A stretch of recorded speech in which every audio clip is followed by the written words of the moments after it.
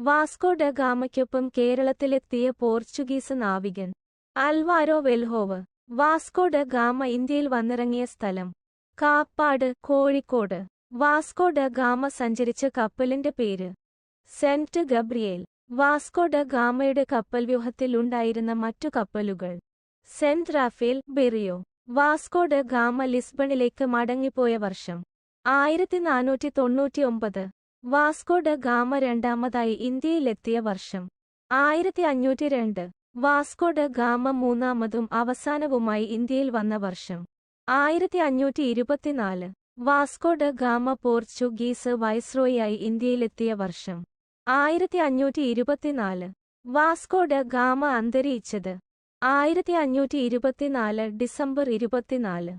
Vasco da ഗാമയുടെ ഭൗതിക ശരീരം ആദ്യമടക്കം ചെയ്ത് പള്ളി സെന്റ് ഫ്രാൻസിസ് പള്ളി, കൊച്ചി.